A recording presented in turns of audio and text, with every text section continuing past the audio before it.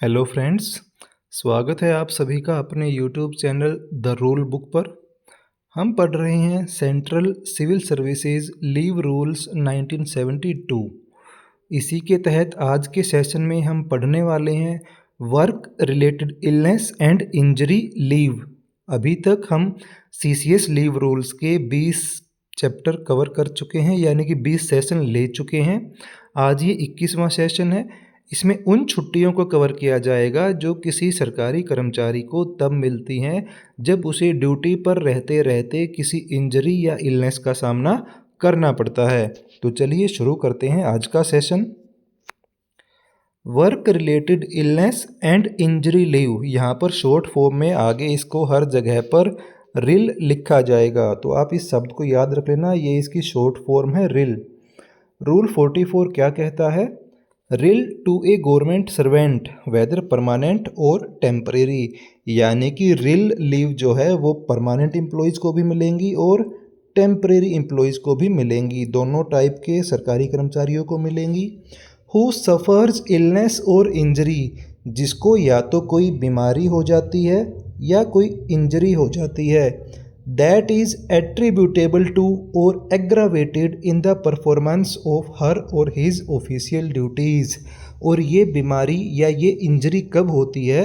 जब वो सरकारी कर्मचारी अपनी ऑफिशियल ड्यूटी परफॉर्म कर रहा था, और इन कॉन्सिक्वेंस ऑफ हर और हिज ऑफिशियल पोजीशन, या अपनी ऑफिशियल ड्यूटी पोजीशन के कारण उसे इस इंजरी का सामना करना पड़ता है, तब उस एम्प्लॉय को रिल छुट्टियां मिलेंगी।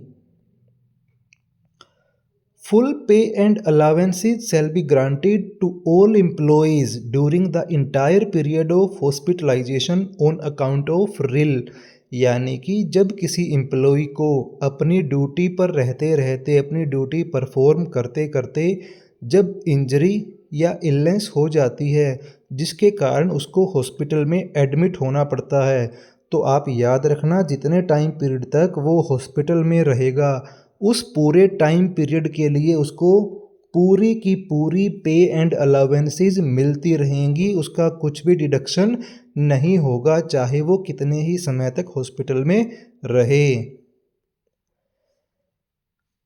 रिल बियॉन्ड हॉस्पिटलाइजेशन, यानी कि जब हॉस्पिटल में ट्रीटमेंट होने के बाद उसको हॉस्पिटल से रिलीव कर दिया जाएगा, उसके बाद उसकी छुट्टियां और उसकी सैलरी किस प्रकार रेगुलेट की जाएंगी?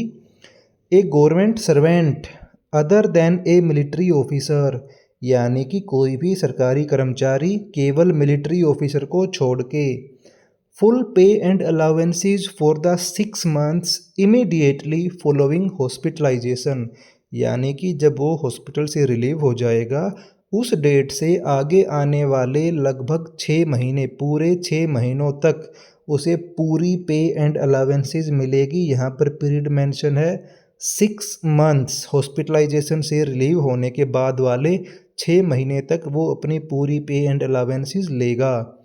एंड हाफ पे for 12 months beyond the said period of 6 months, और जब ये 6 महीने ख़त्म हो जाएंगे और सपोज ऐसा होता है कि वो एम्प्लॉई इन 6 महीनों के बाद भी ड्यूटी पर वापस आने के लिए फिट नहीं हो पाता है, तो अगले 12 महीनों तक, जब ये 6 महीने ख़त्म हो गए उसके बाद वाले 12 महीनों तक उस एम्प्लॉई को हाफ पे मिलेगी।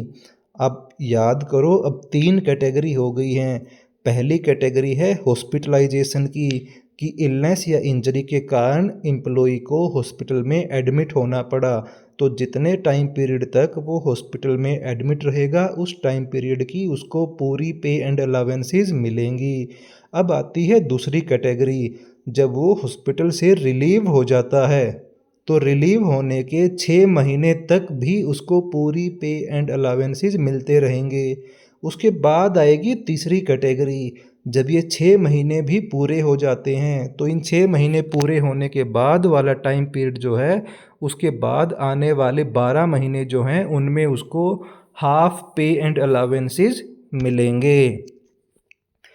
The half pay period may be commuted to full pay with corresponding numbers of days of half pay leave debited from the employees leave account. अब इन 12 महीनों के दौरान अगर उस एम्प्लॉय के लीव अकाउंट में सफिशिएंट मात्रा में, पर्याप्त मात्रा में एचपीएल हैं, तो जहां उसको आधी सैलरी मिलनी चाहिए थी वहां उसकी एचपीएल को कम्यूट कर दिया जाएगा, यानी एक दिन के बदले में 2 एचपीएल डिडक्ट कर दी जाएंगी और उस एम्प्लॉय को पूरी सैलरी दे दी जाएगी। यहाँ पर आप ये ध्यान रखना, ये बात हो रही है थर्ड कैटेगरी वाले उन 12 महीनों के टाइम पीरियड के दौरान।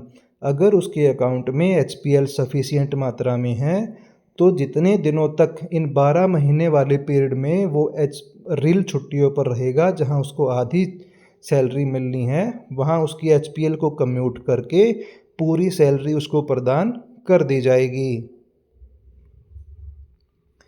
For officers of central armed police forces, पिछला जो पॉइंट हमने पढ़ा था वो सभी सिविलियन गवर्नमेंट सर्वेंट पर लागू हो रहा था। ये बी पॉइंट जो है वो स्पेशली ऑफिसर्स लेवल के लिए है, और वो ऑफिसर्स भी कौन से हैं? सेंट्रल आर्म्ड पुलिस फोर्सेस के, यानी सभी सीएपीएफ पुलिस ऑफिसर्स पर। Full pay and allowances for 6 months immediately following the hospitalization, यानी हॉस्पिटल से रिलीव होने के तुरंत बाद वाले 6 महीनों तक उनको पूरी सैलरी मिलेगी। एंड फुल पे only for the next 24 months, और उन 6 महीनों के बाद आने वाले 24 महीनों तक भी, आप याद रखना यहाँ पर मेंशन है, आने वाले 6 महीनों तक भी उनको पूरी सैलरी मिलेगी, यानी 6 + 24 महीने और पूरे 2.5 साल तक उनको फुल पे एंड अलावेंसेस मिलते रहेंगे। For personal below the rank of officer, यानी कि अब ओआर और एसओ उनके लिए क्या रूल है? सीएपीएफ के जो ओआर और एसओ हैं, यानी कि वो सभी एम्प्लॉय जो ऑफिसर रैंक से नीचे आते हैं, full pay and allowances with no limit regarding period, यानी उनके लिए कोई टाइम पीरियड मेंशन नहीं है। जब तक वो ड्यूटी पर नहीं आएंगे, चाहे उन्हें 6 महीने लगे, 1 साल लगे, 2 साल लगे, जब तक वो ड्यूटी पर वापस नहीं लौटेंगे तब तक उनको रिल छुट्टी मिलती रहेगी, और उस टाइम पीरियड के दौरान उन्हें पूरी की पूरी पे एंड अलावेंसेस मिलेंगे।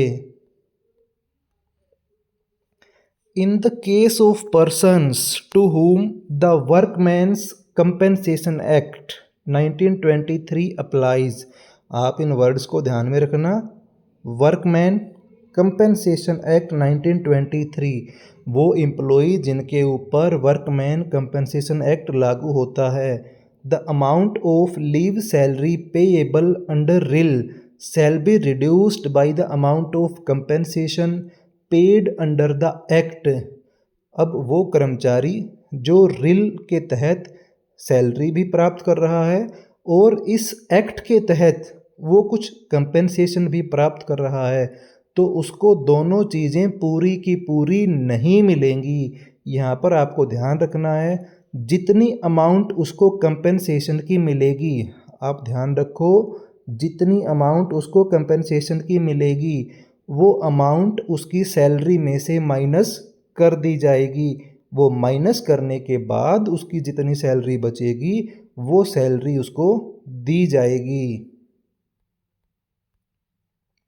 नो ईएल और HPL shall be credited during the period that employee is on रिल, यानी कि जब तक वो एम्प्लॉय रिल छुट्टियों पर रहेगा, चाहे उसे कितना भी टाइम पीरियड क्यों ना लगे, उतने टाइम पीरियड के लिए उसके अकाउंट में कोई ईएल या कोई एचपीएल क्रेडिट नहीं की जाएगी। इस टाइम पर उसकी ईएल और एचपीएल की जो बढ़ोतरी होनी है, अगर वो नॉन वैकेशन डिपार्टमेंट में है तो उसको 30 डेज़ की ईएल और 20 डेज़ की एचपीएल 1 साल में मिलनी चाहिए थी, और अगर वो वैकेशन डिपार्टमेंट में है तो उसको 10 डेज़ की ईएल मिलनी चाहिए थी। लेकिन जब तक वो रिल पर रहेगा तब तक उसके अकाउंट में ये छुट्टियां क्रेडिट उस टाइम पीरियड के लिए नहीं की जाएंगी जब तक वो रिल छुट्टी पर रहेगा। तो ये था आज का कंटेंट। मुझे उम्मीद है आपके सारे डाउट्स और पॉइंट्स जो भी रिल से रिलेटेड होंगे वो क्लियर हो गए होंगे। फिर भी कोई डाउट रहता है तो आप सेशन को दोबारा देख सकते हो। अगर आपने अभी तक चैनल को सब्सक्राइब नहीं किया है तो चैनल को सब्सक्राइब ज़रूर करें और प्लेलिस्ट में जा कर के लीव रूल से रिलेटेड बाकी वीडियोज़ को भी देख लें। Thank you.